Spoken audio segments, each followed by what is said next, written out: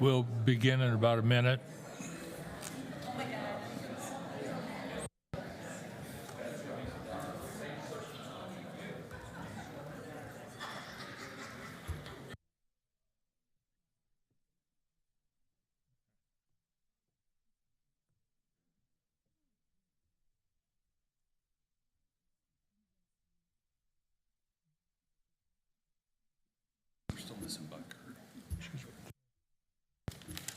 The meeting of the Board of Regents, State of Iowa for April 7, 2022 will come to order. I will begin by calling the roll. Regent Dunkel. Here. Regent Barker. Here. Regent Crow. Here. Regent Rouse. Here. Regent Bates. Here. Regent Lindemeyer. Here. Regent Butker. Here. Regent Richards is present. We have a quorum and we can proceed. We'll move on to the consent agenda. Are there items the board members would like to remove from the consent agenda for a separate vote? I just wanted to say that the Property and Facilities Committee agenda will be herein. I just wanted to acknowledge for that committee Regent Dokovich's passing and that all the contributions that he made to that committee. Thank you. We all agree. Any a motion and a second are required to approve and receive items on the consent agenda. Is there a motion? So move. Regent Butker, Regent Dunkel seconds. We need any further discussion? We'll have a roll call vote. Regent Bates? Yes. Regent Dunkel? Yes. Regent Lindemeyer? Yes. Regent Barker? Yes. Regent Crow? Yes. Regent Rouse? Yes. Regent Butker? Yes. Regent Richards votes yes. The motion is approved.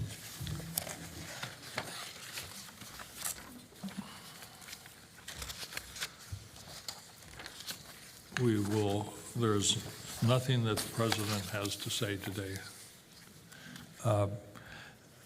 And we would move on with our institutional heads reports. The first one we'd like to begin with President Wintersteen.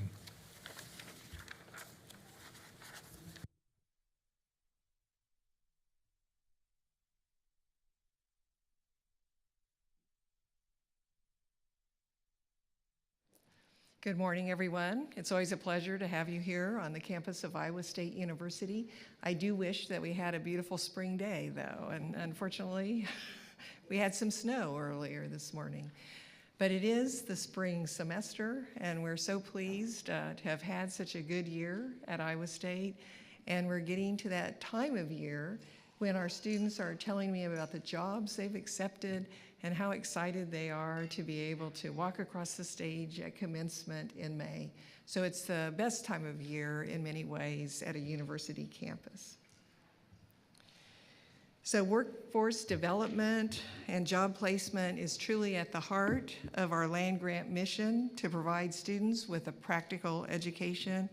And to that end, we're continually innovating our curriculum with programs that respond directly to the state's workforce needs.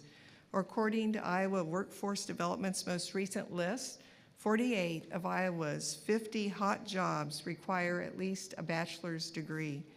Iowa State is preparing students for these high-demand jobs with new bachelor degree programs in cybersecurity engineering, business administration, business analytics, human resources management, data science, actuarial science.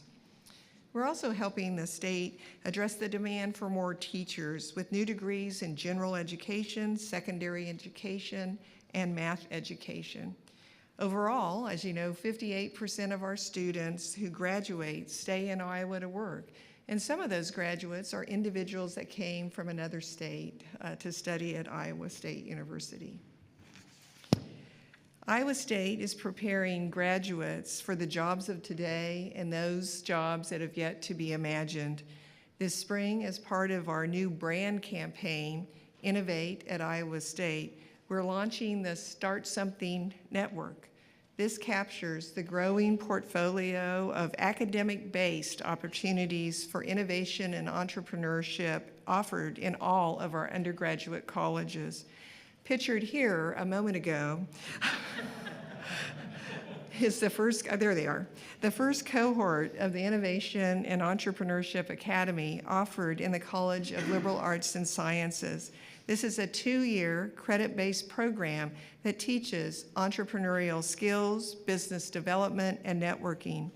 Jasmine Johnson is part of the cohort. She's a psychology and communication studies major. And in 2020, she started her own beauty business in her dorm room. Through the course, she learned how to define her customer base and market her business, leading to a 15% increase in sales. She said this, as you read on the slide, "This is truly a class I'll remember for the rest of my life. I'll be 50 years old and I'll be telling my kids what I learned in the I&E Academy. It's a great investment of my time, and it's shown me that Iowa State really supports my dreams and is a great school." I love it when our students think about being 50 years old. And it's exciting, again, to see students turn their ideas into a viable business and really help differentiate Iowa State as a place to come if you're interested in innovation and entrepreneurship. Well, I want to share news about another student at Iowa State, and that is about a student that was selected to be a Goldwater Scholar. The Goldwater Scholarship is the premier undergraduate scholarship in mathematics, natural sciences, and engineering, premier scholarship in the United States. Nethemy Haywage, Jr. in chemistry, is Iowa State's recipient. Her research interest is in using materials science and solid-state chemistry to design new materials to find solutions for the energy crisis. She plans one day to become a professor, and maybe we'll hire her here back at Iowa State. Iowa State's strengths and expertise as a land-grant university have proven essential, especially in response to crisis. Iowa State's veterinary diagnostic laboratory and our extension outreach experts are on the front line with the reemergence of avian influenza. You'll recall the 2015 avian influenza affected more than 32 million birds, causing a $1.2 billion economic hit to Iowa's poultry industry. Iowa State is leading the mitigation efforts of the current outbreak through the veterinary diagnostic lab. They're running multiple batches of diagnostic testing every day and providing timely services 7 days a week. Yuko Sato is Associate Professor of Veterinary Diagnostic and Production Animal Medicine and a poultry extension veterinarian, and she's been working directly with producers across the state, providing education on symptoms, prevention, and biosecurity resources. And Secretary Naig at the Department of Agriculture and Land Stewardship would say that we are key to helping him manage really what is a crisis in Iowa agriculture, and that he relies on the science of Iowa State University in all the programs that they work on to support producers. Our faculty are leading research projects that are making an important difference for Iowans and for citizens around the world, and I want to briefly highlight 3 projects that demonstrate Iowa State's strengths. The first project is focused on new applications for biochar. Funded by a $1 million USDA grant, biochar is created by heating up stalks, stems, leaves, or other biomass in a reactor with little or no oxygen. Iowa State researchers are looking at using biochar as a slow-release fertilizer on farm fields, and it would be a significant value added for Iowa's bioeconomy. The second project is a $2 million grant from the National Institutes of Health to advance stem cell research. The goal is to improve the way blood diseases like leukemia or anemia are treated, rather than relying on blood stem cell transplants, which is a high-risk therapy. A patient's own blood cells could be regenerated. The third project is funded by the National Endowment for the Humanities. NEH grants are extremely competitive. Iowa State secured funding to study how singing can improve breathing and swallowing for people with Parkinson's disease. The team is also tracking changes to brain activity and biomarkers of stress and inflammation to better understand how the social benefits of singing with others can slow the disease progressions and its symptoms. It's always exciting to see our faculty receive national recognition for their work, especially those that are just starting out in their career. So far this year, 3 of our faculty have been selected for the National Science Foundation Career Awards, and these faculty represent the departments of computer science, physics, electrical, and computer engineering. Career awards are extremely competitive and recognize faculty who are early in their career, but nonetheless have already demonstrated significant potential to lead advances in their field. 2022 marks an exciting milestone for Iowa State University and the U.S. Department of Energy Ames Laboratory. In May, we'll celebrate 75 years of partnership and innovation. This is a tremendous point of pride for Iowa State. We are the only university in the country with a Department of Energy national laboratory physically located on campus. The Ames Lab is home to the Critical Materials Institute, which is leading the way in supply chain solutions for rare earth metals and materials that are critical to the success of clean energy technologies. Congress recently approved a $75 million critical materials supply chain research facility. We are very pleased that Iowa's congressional delegation is advocating for the facility to be co-located at the Ames Lab. I know that the Ames Lab and Iowa State University will submit a very strong proposal into the competition to host this new research facility. Well, work at the Ames Lab continues every day to have incredible commercial success. I like to talk a lot about lead-free solder because it's been one of the most successful inventions coming out of the Ames Lab. It's Iowa State's top-earning patent, totaling $60 million before the patent expired. And at its peak, it was licensed to more than 50 companies in 13 countries. We're also seeing great advances in metals 3D printing and biofuel production. We share 50 faculty members jointly between the university and the laboratory. The relationship plays a pivotal role in nurturing scientists and engineers of tomorrow. Having access to the capabilities and expertise of the National Laboratory opens exciting doors of opportunity for our students and for early career scientists. The laboratory has mentored more than 3,200 students who completed graduate degrees in the areas of physics, chemistry, engineering, and computer science, to name just a few. Finally, we were delighted to have Teresa Wilhelm Waldorf on campus last month. Teresa is the granddaughter of Harley Wilhelm, and she wrote a book about her grandfather's life titled Wilhelm's Way, the inspiring story of an Iowa chemist who saved the Manhattan Project. Her book tells the story of Dr. Wilhelm, the son of a Ringgold County sharecropping family.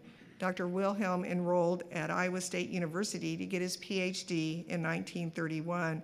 Before that, he got his undergraduate degree at Drake with a basketball scholarship enabling him to go to that school.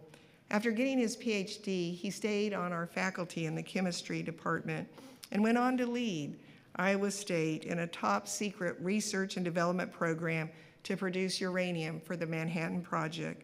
The success of the project led to the establishment of the Ames Lab at Iowa State University. Wilhelm's Way is an excellent book that captures Iowa State's spirit of science with practice and with innovation. It's especially noteworthy that this book comes out at the same time of the 75th anniversary of the Ames Lab, which we will officially mark in May.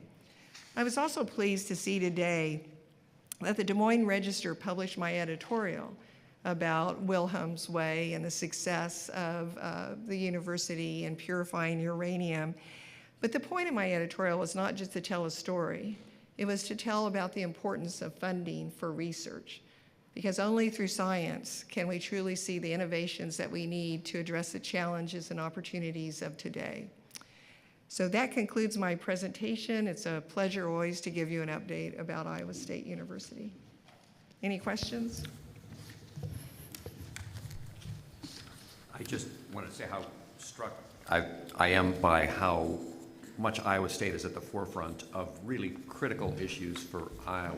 I mean, you look at avian influenza, the fertilizer program you mentioned, we have fertilizer shortage coming up, the supply chain issues, where all these things are right now big problems that Iowa faces, and Iowa State University is helping to solve them. So thank you. Thank you, Regent Barker. Any other questions or comments? Thank you, Dr. Wintersteen. Thank you.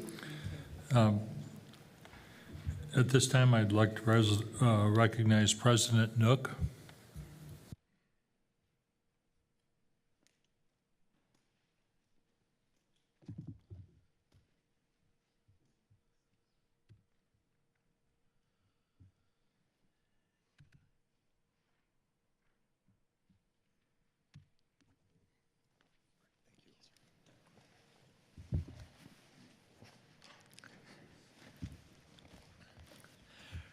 Regent President Richards, members of the board, and colleagues across the state, it's a pleasure with you again to talk a little bit about the University of Northern Iowa. I want to thank President Wintersteen and her staff for the hospitality here at Iowa State University. They extended that hospitality too and welcomed our softball team yesterday to the field.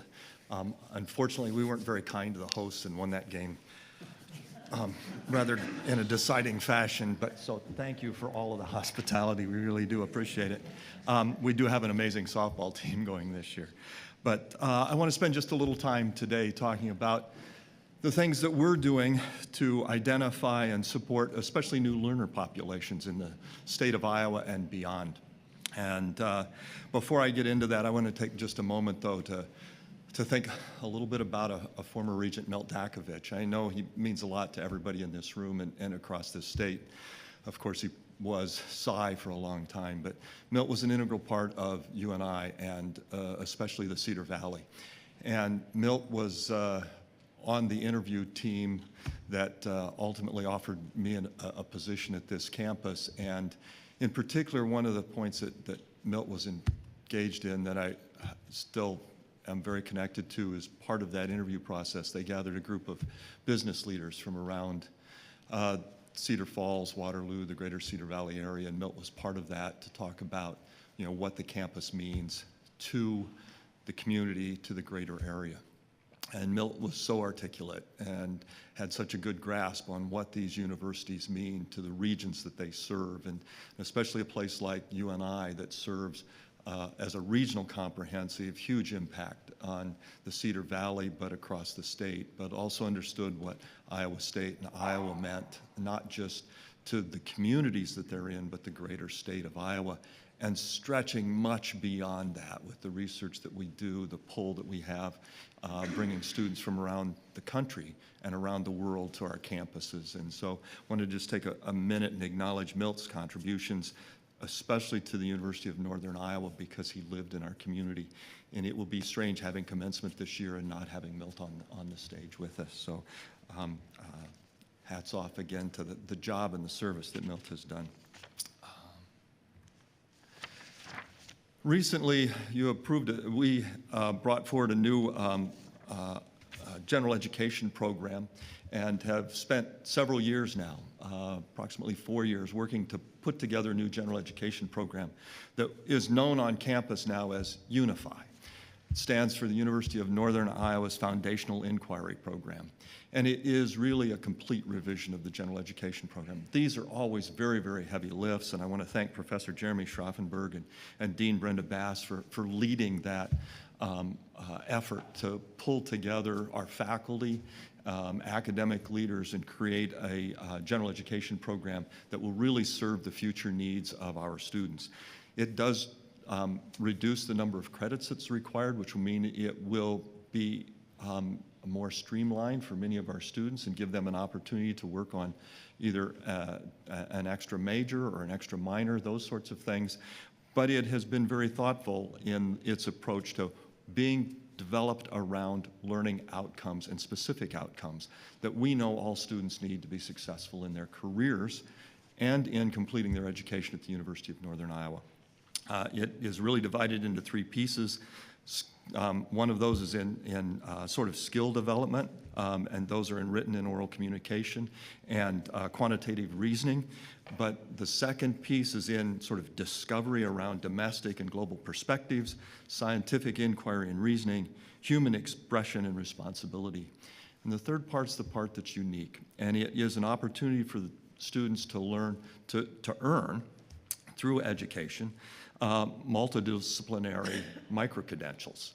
And faculty are working on what these micro-credentials might be. And at the moment, we have 3 of them defined in creative expression, sustainability, and human development. But others will be developed as well. This is a new program. It's just starting out. But it is an opportunity for the students to focus in an area. Isn't necessarily the major. 3 or 4 courses in a particular area, but spread across multiple disciplines to really develop a micro-credential in a specific area. We're very excited about what this will mean for all of our students. One of the things, too, that we've done with this is that to agree and approve that any student who transfers to the University of Northern Iowa that has completed an AA degree or an AS degree has already completed the unified curriculum. So that it will make transfer of students from, especially our community colleges, a lot smoother for all of those students as they come to our campus. We've recently been working with Amazon and have been named a partner in Amazon's Career Choice Program, which makes UNI's education and all of our coursework available to employees of Amazon. Any employee that's been there for 90 days and is fully employed is eligible for funding and full funding for their education. We're the only 4-year institution in the state that is currently an Amazon partner. There's a 2-year institution as well in Des Moines Area Community College. This is becoming more and more popular with large industries in particular around the country to provide educational opportunities for their employees. Amazon has a great commercial about this already with what they're doing to help their employees get into the careers that they're really excited about getting into. So we're happy to be and very excited to be partnering with Amazon in this important work, and it's a way, again, to expand the footprint of the University of Northern Iowa around the state as we work with colleagues and new students in the Amazon pipeline. The students aren't necessarily coming from Amazon going to be living in Iowa. Some will, but this is open to our programs not just on campus, but all of our online programs. So we may well have students from around the world engaging in a UNI degree program because of this connection with Amazon. Our students are some of our best ambassadors and have some of the brightest ideas about how we can reach out to prospective students, and a group of women in our College of Business, women's students in our College of Business have put together a student organization, Women in Business, and they have 2 programs. One of them occurred in early March, which is the Young Women in Leadership Conference. They had more than 250 high school students, female high school students, participate in this, what has become an annual conference. And it helps young women build crucial leadership skills. It really is, they had 4 speakers in that day. One of them was Jessica Himes, who I've spoken with you about in the past. She is a para-Olympian that competed on our campus, and she was speaking to the students about overcoming adversity, whether it's in physical adversity, other adversities in your career, something that many of these young girls could relate to very well as they move into a business career. Christy Hemmer was speaking about empowering yourself, and Renee Hardiman focused on self-awareness and inclusion. But it was a day-long event that really engaged high school students from around the state and helped young women understand they do have a future in business. There are a lot of things that they need to be thinking about, but having access to young women that were just 2 and 3 and 4 years older than them, and what they're seeing in their college career has a tremendous impact on their lives. It's easy for people my age to talk to them, but it isn't easy for them to necessarily relate to them. After all, as President Wintersteen pointed out, many of those students will think they've really gotten old when they reach 50. So being able to speak to someone that is so close to your age and has made that transition from high school to college, has figured out where their career is headed and how to make that next step is really impactful to these young women. We've recently been awarded a military-friendly designation, top 10 school. We're not just a military-friendly school, but we're in the top 10 and reached gold status. We're the largest and most it is the largest and most comprehensive review in the U.S. of military programs, educational military programs in the country. There are more than 1,800 institutions that applied for this designation, and what the organization looks at is our university and other universities in 6 key areas: academic policies and compliance, admissions and orientation, culture and commitment, financial aid and assistance, graduation and career readiness, and military student support and retention. Want to shout out to Chiquita Lovelace. She is our director of military coordination and really does a phenomenal job working with our veteran students, those active military personnel on our campus as well. It's so much fun to go to her center and see the veterans engaging each other and figuring out how to be successful on our campus. Again, this is another population that we as institutions need to be reaching out to, need to be able to serve. Our active military are often taking courses online through many of our institutions. Some of them are even taking courses from us directly. Many of the veterans are coming back seeking an education and wanting to get into a professional career. And making that opportunity available to them is one thing. Pulling down those barriers that they face, coming in from a very different system, regulate, time told what to do, and a college environment where the exact opposite is true places huge barriers in front of them to their success. So how do we address those barriers and make sure we do what we can to pull some of those barriers down? The presentation you heard yesterday from the Chief Diversity Officers, this is exactly what they're talking about. This is a great example of how a university can think critically about what our policies and our practices, our procedures, and our culture might be doing to limit the effectiveness of a student to not only gain access to, but complete an education. That's why our helping military and veteran students are part of the work that we do in the area of diversity, equity, and inclusion. With that, I'd like to say thank you, and I'd be happy to answer any of the questions that you might have for me. Are there any questions or comments to President Nook? Thank you. Yep. Thank you. At this time, I'd like to call Superintendent Gettel.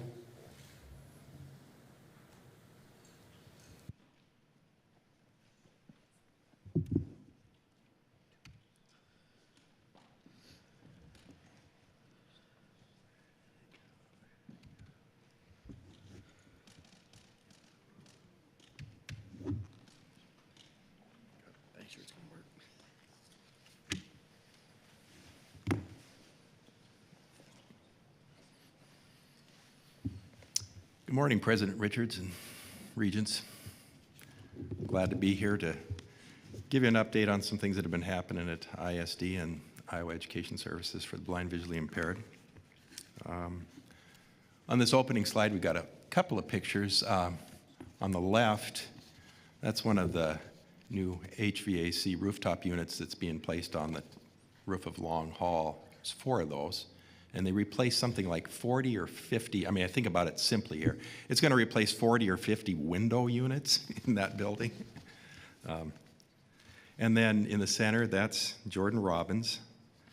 She's a 4th grader from Southeast Elementary in Ankeny. And she's participating in the Braille Challenge there last February.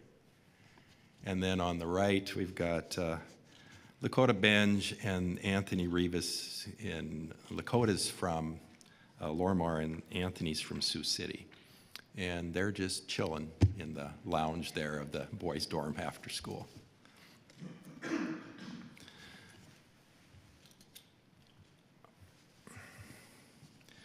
So renovations on Long Hall, this is a big deal for us, you know, but the renovations on Long Hall is on schedule, and this fall we'll have our secondary students back in the building, and they'll certainly be enjoying more comfortable temperatures and better lighting and taller views out of some spectacular new windows, about 160 of them. The renovations are about 70% complete, and they incorporate the principles of deaf space. And this is where they take into consideration deaf communication, lines of sight, when they're making selections on things like non-glare lighting, fixtures and sound-absorbing ceiling panels. We went all out on those, I was told. And then even the selection of colors for the walls and the carpet. Along with the upgrades to security systems, one wall in each classroom will hold a smart board or a whiteboard. And the difference here is we've now got controls that are in proximity to that equipment, and they allow the teachers to adjust the lighting in the room and the lighting on the smart board. And I was told earlier this week that there's sensors in the ceiling that detect the amount of sunlight coming through the windows, and then it automatically adjusts the overhead lighting in the room. I didn't even know that was possible. On the outside, you know, that building still looks like it was put up in 1930. You know, it's a beautiful building. You walk down the hallways, it still has the terrazzo floors. But when you step into a classroom, it's new construction. And so we're really, really happy with the progress that's being made and the outcome of the improvements for the building, and we're really appreciative of that legislative appropriation in fiscal year 2020 that made this all possible.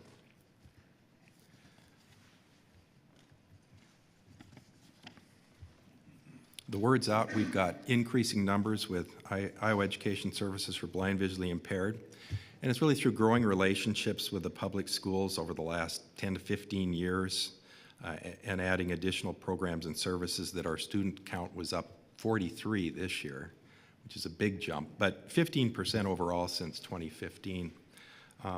Some of the increases are attributed to public school staff who attend our regular summer institute. That provides training for teachers and paraprofessionals who have blind or visually impaired students for their classroom, where they're just interested about learning more about students and their needs. But then the teachers, when they leave with that knowledge about the effects of vision loss on learning, they're better prepared when they go back to their buildings to help identify and refer kids that may have vision loss and need additional services. And just this last summer, there were 180 participants in that 3-day-long summer institute. Another contributing factor is that we've increased, there's increasing requests for consultation and technical assistance as general education teachers work with our students in the core curriculum. And that's to accommodate those vision-related needs that students have. And we've responded by implementing more programming and adding more staff to support closing the gaps in learning that those students have. We now have a STEM teacher that rounds out our consultation cadre. We've added 2 TVIs working out in the AEAs in the public schools. And at ISBVI, we've added work experience coordinator and a job coach so that kids can have more opportunity for pre-employment skills and work experience. We've added a programmer for our extended learning program to provide support for the increased number of activities that are going on across the state on weekends and during the summer, and with the North Central Association of Schools for the Blind athletic competitions and forensics competitions.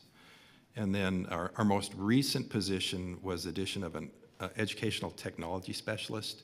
School districts and AEAs typically employ somebody that helps teachers learn to use primarily Google and Microsoft programs that are used in the schools by the teachers and with students.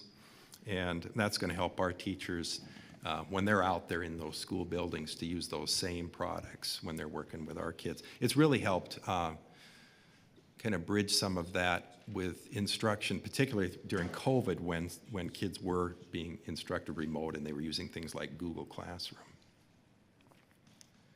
Overall, ISBVI has added 10 positions, and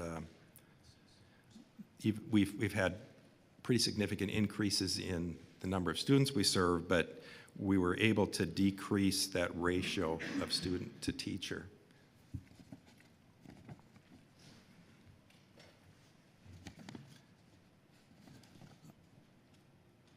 ISBVI and ISD went through a voluntary accreditation with Cognia, that's formerly known as Advanced Ed. The state accredits all the districts in Iowa, and non-public schools can choose to be accredited either through a document review by the Department of Ed, or they can go through an independent accrediting agency like Cognia.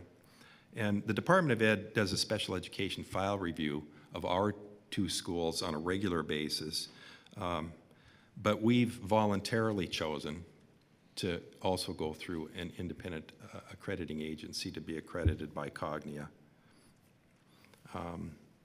And we've been doing that for more than 25 years, both when it was Iowa Braille and Sight Saving School and ISD. And it's a lot of work, and people say, well, why do you do that? If you don't have to, why do you do that? Well, you know, the performance standards are really the heart of continuous improvement. And they define the characteristics of an excellent education institution. And so we believe that that voluntary external review of our efforts to meet their performance standards validates our high quality programs and services that we provide. And the feedback that we get through that process gives us guidance on the improvement work that we need to do in our agencies. And it helps us better meet the challenges that our kids are facing today. So in preparation for accreditation, that all got started in spring of 2021 with surveys to our stakeholders and parents and students and staff and people in the AE and our community partners. And then compare ISBVI against these quality systems factors that Cognia has set up. They help us identify organizational practices and behaviors that significantly impact program improvement. And then with the feedback and that data, staff and administrators rated our performance in the two schools against 160 indicators from the Cognia's 3 standards that are for leadership, learning, and resources. And so 2 weeks ago, an engagement review team representing Cognia spent time validating, about 4 days, they spent time validating our self-study and interviewing students and parents, stakeholders, staff, and the school leadership, and some of you folks too, I understand. In the exit meeting, the review team reported some of their findings. They said that stakeholders commented that we have a clearly defined mission. Our programs are student-focused, inclusive, and supportive. ISD and ISBVI are resources for people to come to, and we positively impact families statewide. Though the review team couldn't observe this firsthand because the review was conducted virtually, there were numerous conversations with our stakeholders, and it validated the high quality of our programs and the excellence in our services. And for 19 of 35 standard indicators, the team determined our programs are performing at the highest level. They're deeply engaged in the culture and operation of the schools, consistently showing growth and improvement over time. And on a scale of 100 to 400 that rates those standards of leadership, learning, and resources, our school scored an overall performance of, or the team scored us at 371. And so I said, the teacher in me says that's an A minus. I think that's great. And the lead reviewer said, I commend you and your institution for its commitment to advancing excellence in education through your continuous improvement efforts and the accreditation process. So in May, we'll receive a final report, and the report will also go to the Cognia Commission. The commissioners will determine accreditation status at that time when they meet in June. And then, in addition, we'll take the recommendations and the commendations, but the recommendations back to our program administrators and talk about what we can do with them to integrate them into the work that we do going forward. with our programs over the next several years.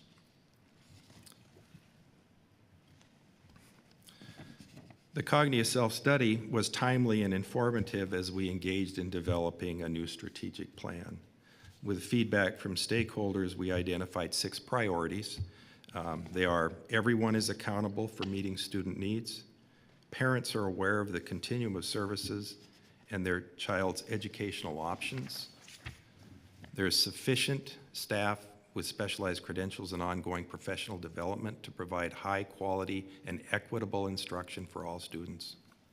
Continuous school improvement is grounded in evidence-based practices, collaboration with our stakeholders, and performance outcomes that are measured and shared.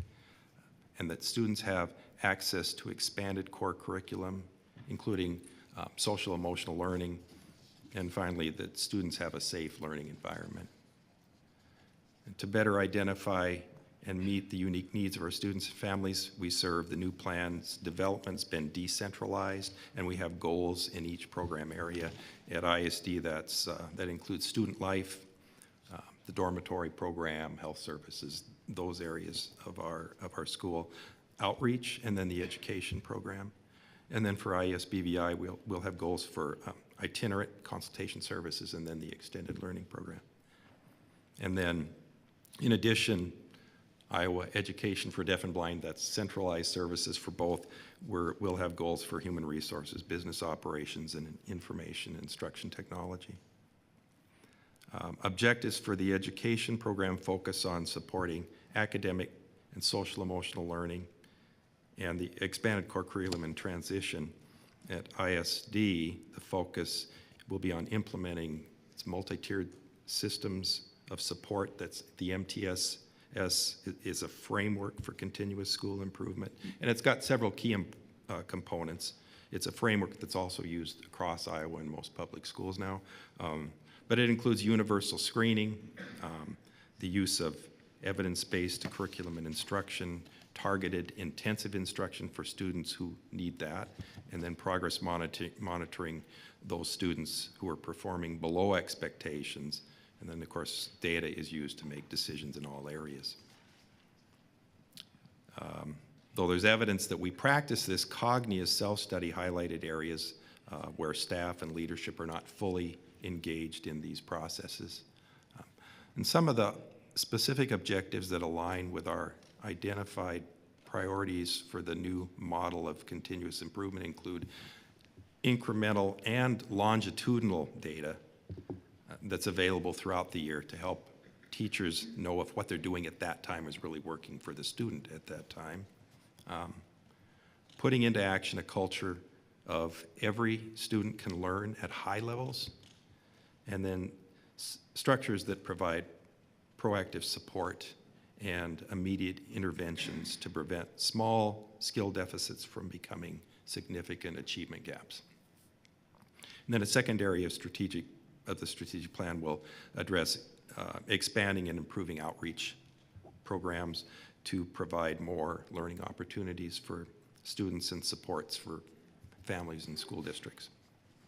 And then Iowa Education Services for Blind, Visually Impaired is going to focus on data from assessments in the expanded core curriculum to guide development of individual goals, and instructional strategies using the extended learning program to target skill development in those areas most needed by our students. Again, through the self-study for accreditation, we found need for a closer alignment between student knowledge gaps and what we're teaching, a comprehensive review of the assessments that are available for expanded core curriculum, and then baseline data on the percentage of assessments that match goals that are being written for students.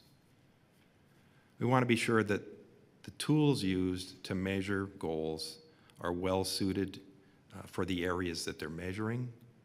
And we have faculty that are trained in specially designed instruction, but this will help them plan their teaching based on data to address those learning gaps. And then using the ECC assessments, it'll help guide decisions about the areas most needed by students. The extended learning program can then develop activities that connect the two learning environments together with some intention and to increase students' attainment of their goals. And we expect to have our plan in a draft form by the end of April, and then we want to have it finished up in early June and passed on to the boards for your review. That's my report for today. Thanks for the opportunity. I'll take any questions you might have. Are there any questions? Steve, with regard to your enrollment increase, was there an age grouping that predominated that increase, or was there any particular reason or effort on your part, or the school's part, to increase the enrollment? Regent Lindemeyer, I don't know whether there was any particular age group. I'd have to go back and look through. We have that data. We can look through and see if there was elementary or secondary. I know in the last few years we've had lower enrollments in the secondary and increasing enrollments in elementary. That may be true generally for special education across the state. As for why, not in particular any efforts other than those that I mentioned.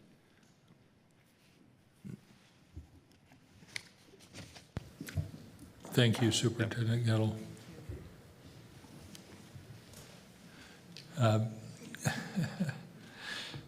At this time, I'd like to recognize President Wilson.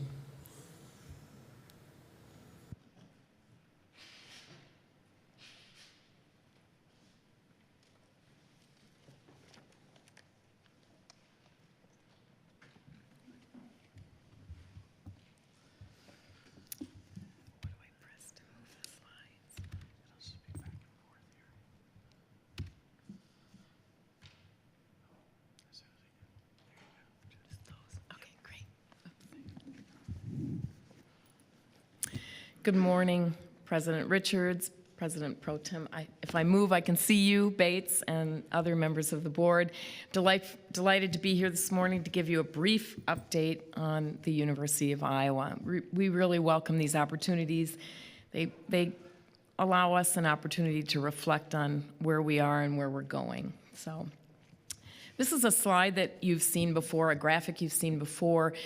And what I'd like to do today is really focus outward. We spend a lot of time talking about what we're doing inside the university, and I've come here to update you on many of those aspects. But today I'm going to talk quite a bit about our impact outward and thinking particularly about the state of Iowa.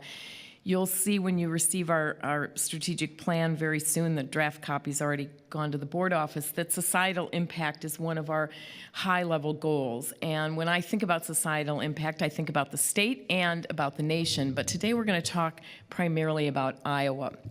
So this is a graphic I like to share with legislators and with taxpayers and business leaders because I think it gives a quick high-level snapshot of how impressive our reach is. 8 out of 10 dentists in the state of Iowa are trained by us. 5 out of 10 pharmacists, 5 out of 10 physicians. But we're adding other kinds of, I think, important talking points and declarations of our impact, and you can see them up here. The State Hygienic Lab, for example, performs healthcare screening on all newborn infants born in Iowa, but we're also doing it outside the state as well, although we charge them for those screenings, and for citizens of Iowa, we cover those costs through the lab. So there are lots of ways that we have statewide impact. And today I just want to focus on 4 programs that you may or may not be aware of and give you a sense of the reach across the state. So I'll just move into those. First of all, talk a little bit about our online AP Academy.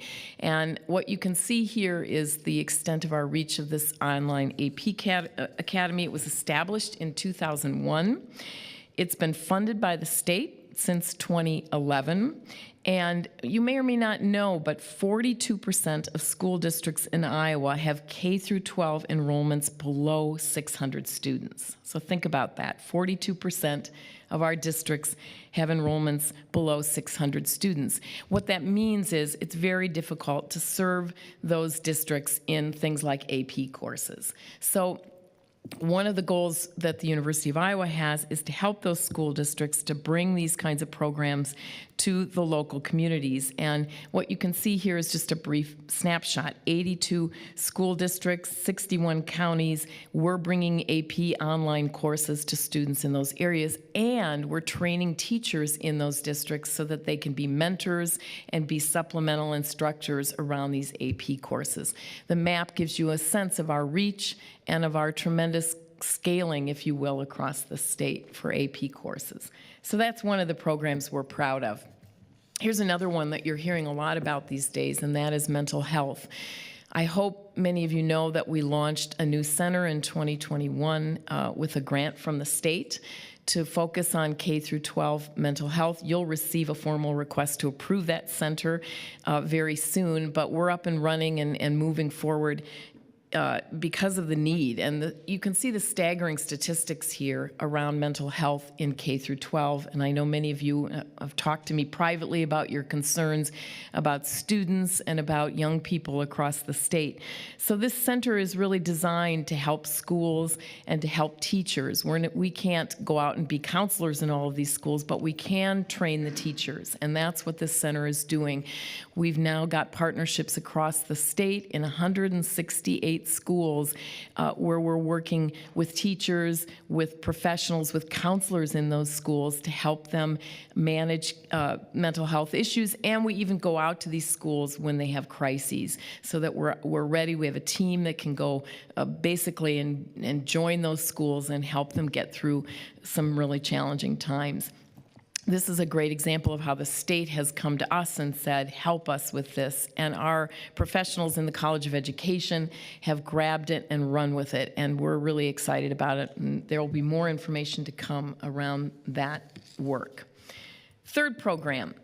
We are working hard to protect Iowans from flooding. We have a particular experience with flooding, as all of you know. In 2008, we coped with a flood that really was devastating to the university. And we know that many communities around the state have issues around flooding, as do states around the country and countries around the world, frankly. Out of that really horrific experience, we've become leaders in flood management. And so we now have a flood center that you know about. It was created in the state in 2009, the year after our flood. And it develops tools for communities across the state, giving them abilities to predict water changes, to predict oncoming issues with flooding.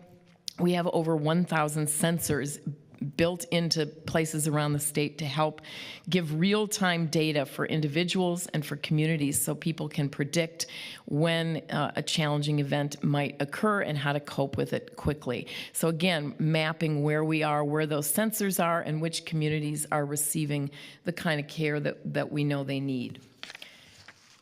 The fourth program I want to just mention is our child health specialty clinics. So yesterday you heard from Kim Hunter about the tremendous number of patients that we're treating at our hospitals and our clinics and our reach across the state. But you may or may not know about a very specialized program around child health. We have now 13 regional centers around the state. Those little dots reflect those centers. And in those centers we have over 100 professionals who are employed by us, overseen by us, but living and working in those communities. And they're really helping those communities to deal with what we might think of as special health needs of children. Chronic conditions like asthma, diabetes, behavioral and developmental disorders, attention deficit disorder, and the like, and even complex medical diagnoses that involve combinations of these things. And so what we really are trying to do is to embed professionals out in those communities, network them back to our hospitals and clinics, and make sure that we're reaching into those communities to help families with issues that if we get to them early, we can really improve the lives of the children and their families. So again, lots of reach there. If I pull all 4 of those together, you can see the map gets kind of crowded, and that's what we like. This is just 4 programs. I could bring in 10 more that we're working on around different issues, and I'll be happy to do that in the future. But I think this map underscores that we're almost everywhere. I see at least one place we're not, but we'll keep working on it, and this is only 4 of our programs. The point, I think, is that we are serving most counties in the state in lots of different ways. We tally the number of students in K through 12 that we're helping here, and of course we have a lot of patients coming from across the state as well. Our reach is tremendous. Our impact is strong, and we're happy to share these slides with any of you if you'd like to share them with constituents who wonder about what the University of Iowa is doing these days to help the state. Last but not least, I don't want to just limit it to the state. We are beyond the state, as many of you know. A lot of our students work and do research outside the state. We're happy to always collect photos. This just gives you a sense that the Hawkeyes are everywhere. We get weekly photos from people who are across the country and across the nation, waving our flag and being proud Hawkeyes no matter where they live. And really part of that excellence and reach has to also connect to our sports. You all know that sports in Iowa are pretty important and pretty important in terms of their reach. We've had a great year, and we may not have done quite what we hoped for in March Madness, but if we put that aside, it's been a tremendous year. In fact, Gary Barta has called it the golden era of Hawkeye athletics, and I think that's to some extent true when you look across our sports. So, for example, this year alone, field hockey, regular season Big Ten champions, football, West Division, Big Ten champions, men's indoor track and field, Big Ten champions, women's basketball, we were the Big Ten regular season co-champions, and we also won the Big Ten tournament.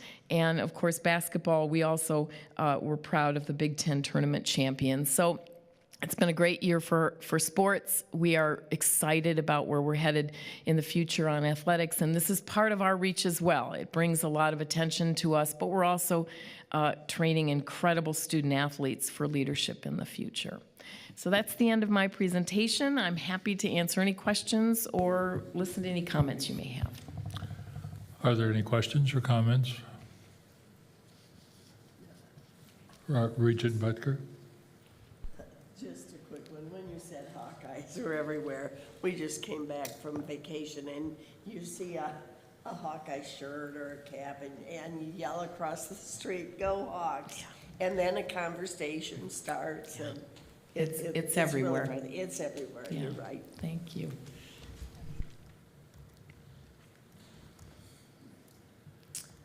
Thank you very much, President.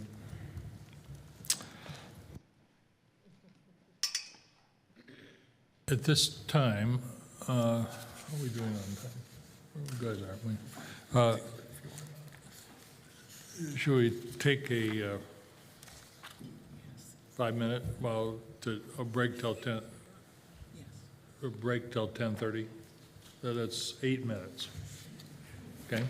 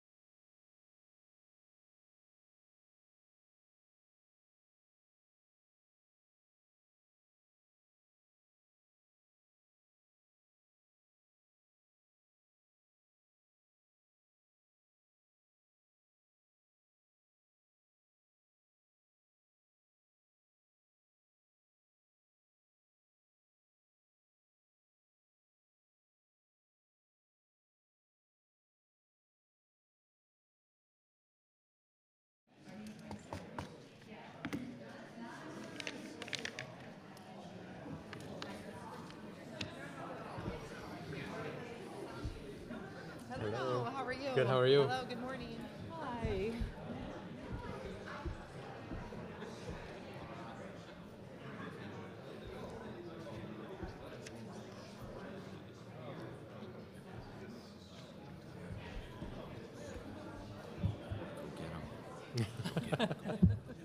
Are you part of the next presentation? Yeah, I'm the MC. Oh, very good. Sorts. Very good. Well, your ears may perk up a little bit when I speak. Oh dear. I drop a little bit of our strategic planning. I've got our strategic plan in here. Good.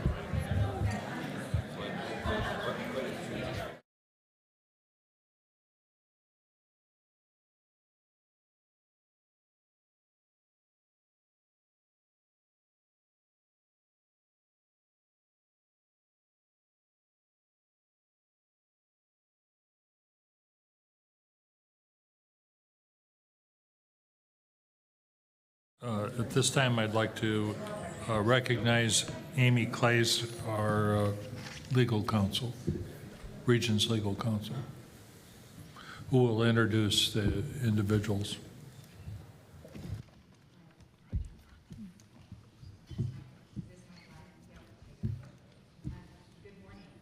Each Regent institution has groups of faculty and staff who are not organized for collective bargaining purposes.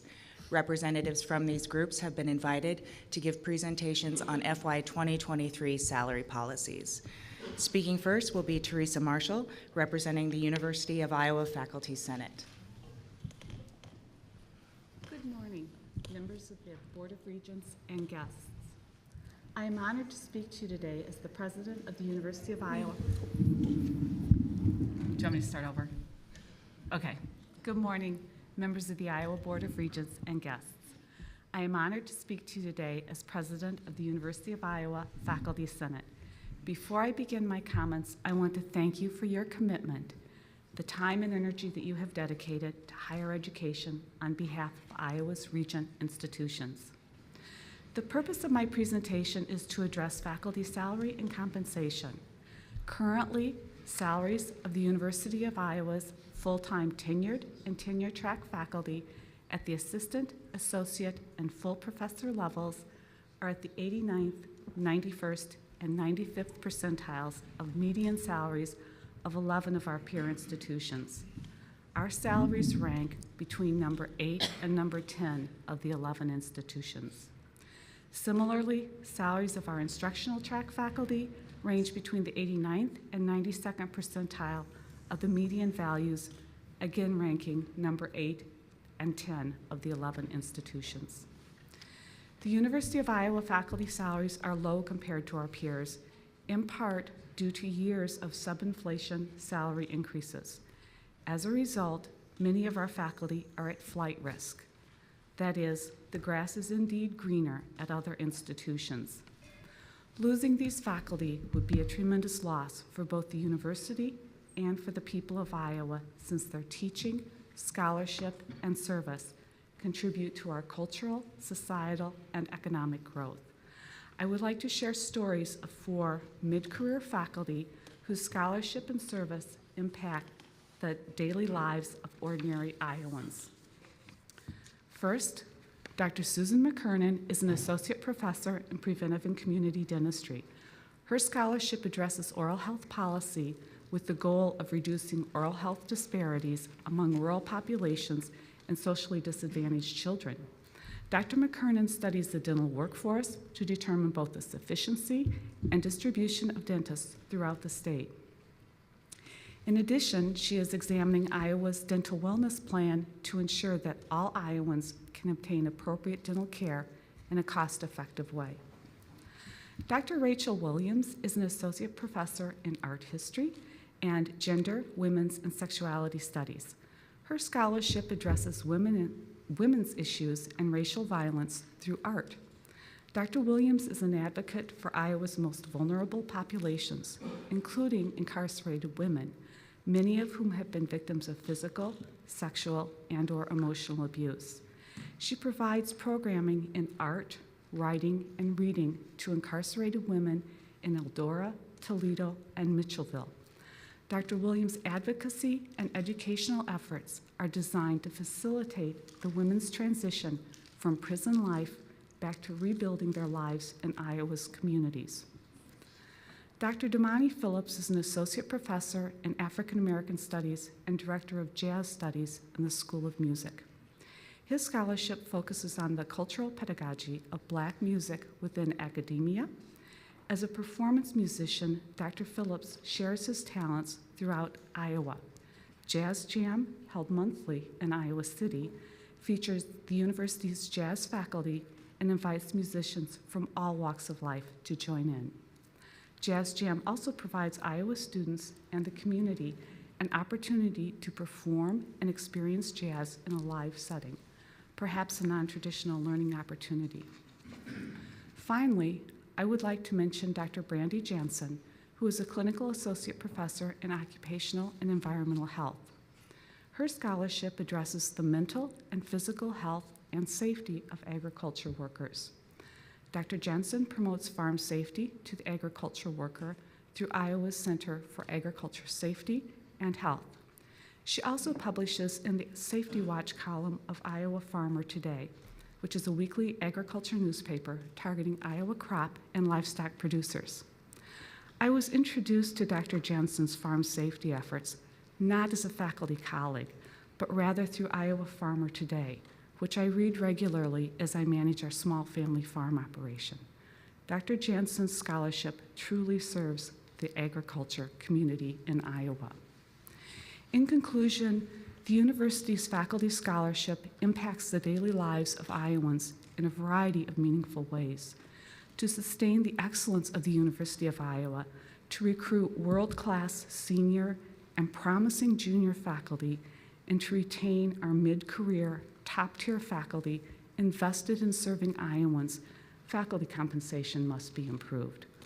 Being number 8 or 10 out of 11 is just not good enough, and it hurts our efforts to impact Iowa communities.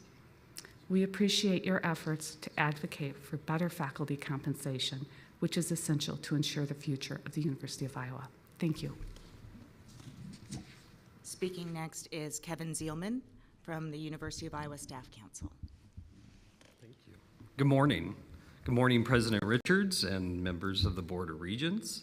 My name's Kevin Zillman, and I'm speaking today as the president of the University of Iowa Staff Council. I am also an assistant athletics director in the University of Iowa Athletic Department and am an 11-year full-time staff member at the University of Iowa. The University of Iowa Staff Council has had a 50-plus year tradition of representing professional and scientific, as well as merit, supervisory, exempt, and confidential staff who contribute to the teaching, research, and service mission of the university and state of Iowa. Staff Council currently has 55 dedicated peer-elected staff who represent over 8,000 UI staff members. I would like to start today by showing gratitude to the board for all of your work on behalf of the state of Iowa's Regents institutions. The last few years have been unprecedented, to say the least, and we appreciate the work all of you have accomplished during these trying times in higher education, as well as society as a whole. So thank you very much. As a University of Iowa alum, a former graduate teaching assistant, a current adjunct instructor, and a current full-time staff member, I've worn many hats at the University of Iowa. I have had numerous experiences with both the academic side of campus as well as the healthcare side of campus. My relationship with the University of Iowa runs deep. In 1982, my mom was invited to participate in the groundbreaking ceremony for the Ronald McDonald House, which sits on Hawkins Drive near my current workplace, Carver Hawkeye Arena. Our family saw firsthand the love, compassion of all the doctors, nurses, and staff as my younger brother battled childhood leukemia at UIHC in the early 1980s. It was those early experiences in Iowa City that ultimately made me want to pursue an education and later a career at the University of Iowa. Over my time serving on the UI Staff Council, I have listened to staff from across our great campus. There's always a variety in comments and questions, but at the foundation, there are always some common themes coming from our UI staff. Workplace respect and trust, compensation, work-life balance, fairness, and transparency. Today, on behalf of UI Staff Council, I ask that our Board of Regents support these themes by allowing us to think differently on making our Board of Regents institutions destination workplaces for Iowans and those beyond our state borders. In respect to salaries at the University of Iowa, some feedback we received from our UI staff reflect that our current budget model at the University of Iowa doesn't allow for the consistent and stable salary adjustments that UI staff need and deserve. Even before these high inflation times, most staff did not receive annual raises that covered cost of living adjustments. With respect to UI staff, many are asked to continually to do more for less. Consistency and stability certainly matter with respect to salaries and wanting to maintain a career with any employer. UI staff are aware when some departments and units are giving annual salary increases and others are not. The lack of consistency when it comes to how salaries are handled can and does cause morale issue among staff. UI Staff Council appreciates the work of our UI human resources professionals that educate our staff population on the approved board salary policies. It's very important that supervisors and departments understand what can be done relative to salary adjustments, performance bonuses, and other mechanisms to improve a staff member's pay. However, staff understand that it is up to each individual department and unit to decide how much of their budget will be dedicated to increasing staff pay. Thus, that is where we hear concerns of the lack of consistency across our campus. So I ask this, is salary and pay the only driving force behind staff satisfaction at the University of Iowa? More and more data comes out from human resources publications and business journals that suggest pay may not be the single driving factor on why people work or where they work. A sense of accomplishment, a sense of mission, a sense of purpose is always highly motivating.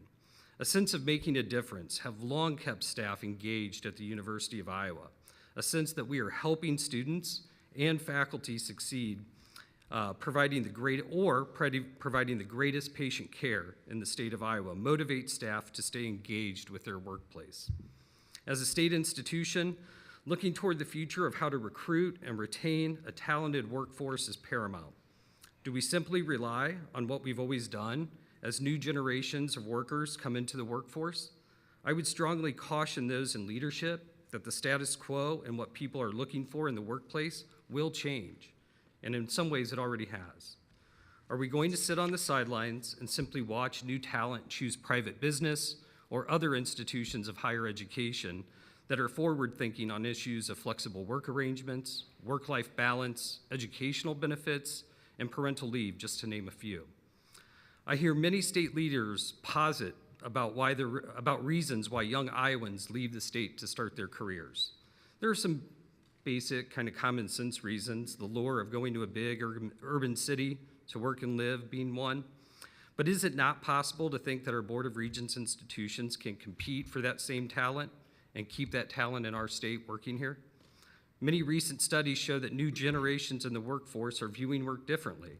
New generations coming into the workforce are looking for work-life balance, collaboration, and working within teams, just to name a few.